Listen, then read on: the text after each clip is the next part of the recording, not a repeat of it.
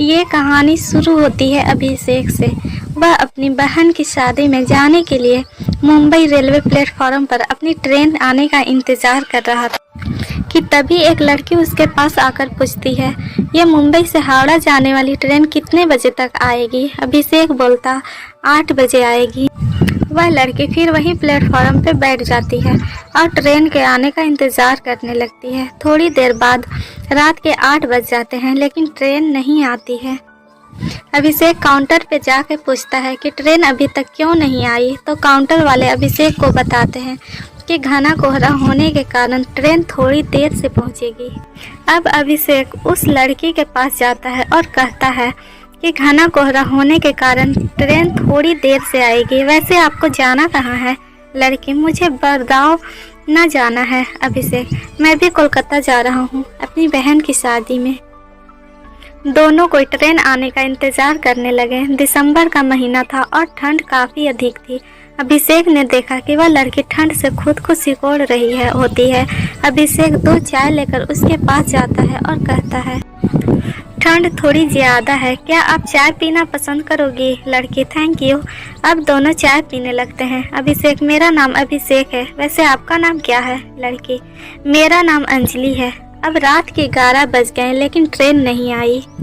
अभिषेक ने अंजलि से कहा कि चलो हम वेटिंग हॉल में जाकर बैठते हैं, यहाँ पे ठंड भी बहुत लग रही है।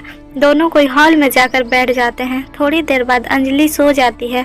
अब अभिषेक की आंखें अंजलि को ही देख रही होती है। अंजलि के गुलाब की पंखुड़ी जैसी होठों और उसका मासूम से चेहरा को देखकर अभिषेक के दिल में कुछ होने लगा। अभिषेक ने खुद को संभाला और अंजलि की तरफ से अपनी नजरें हटा ली।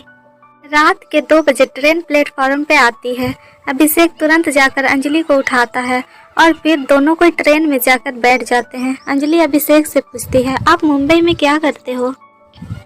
अभिषेक, मैं एक कंपनी में सेल्समैन की जॉब करता हूँ। और आप क्या करते हो? अंजलि, मैं अभी मुंबई से होटल मैनेजमेंट की पढ़ाई कर रही हूँ। दोनों एक दूसरे से बात करने लगे और बातों ही बातों में अंजलि ने अभिषेक से पूछा कि क्या आपकी शादी हो गई है? अभिषेक मुस्कुराते हुए कहता है, नहीं, अभी तक तो नहीं हुई। अंजलि, आपकी कोई गर्लफ्रेंड? अभिषेक, नहीं, मेरी कोई गर्लफ्रेंड भी नहीं है, वैसी कोई लड़की मुझे मिली ही नहीं। अंजलि, कैसी लड़की चाहिए आपको, जरा हमें भी बताइए।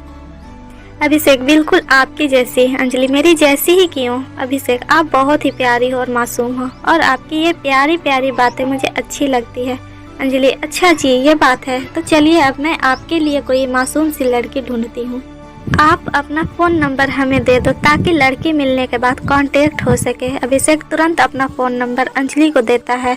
थोड़ी देर बाद अंजलि सो जाती है लेकिन अभिषेक को नींद ही नहीं आती। वह सिर्फ अंजलि को ही देखता रहता है। ऐसा लगता है मानो अभिषेक के दिल में अंजलि के लिए प्यार का फूल खिल रहा हो। अभिषेक उस पल अपनी आंखें कैद कर रहा था। अब सुबह हो गई थी। ट्रेन बड़गांव पहुंचने वाली थी। अंजलि अभिषेक से कहती है, मेरी मंजिल आ गई, अब मैं चलती हूँ।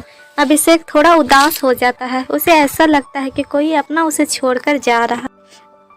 ट्रेन बड़गांव स्टेशन पर रुकती है और अंजलि मुस्कुराते हुए अभिषेक को अलविदा कहती है। अभिषेक ट्रेन की खिड़की से अंजलि की तरफ देखता है। अंजलि भी अभिषेक को आखिरी बार पीछे मुड़कर देखती है। उसके दिल में भी अभिषेक के लिए कुछ फीलिंग थी।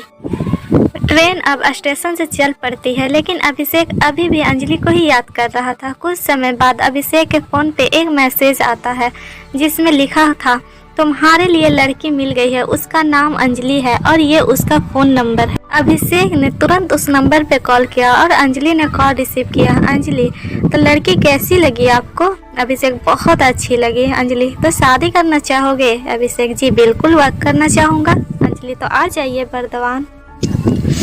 अब मानो अभिषेक की खुशी का ठिकाना नहीं रहा। उसे उसकी सपनों की रानी जो मिल गई थी। अभिषेक घर पहुंचने तक अंजलि से ही बातें करता रहा।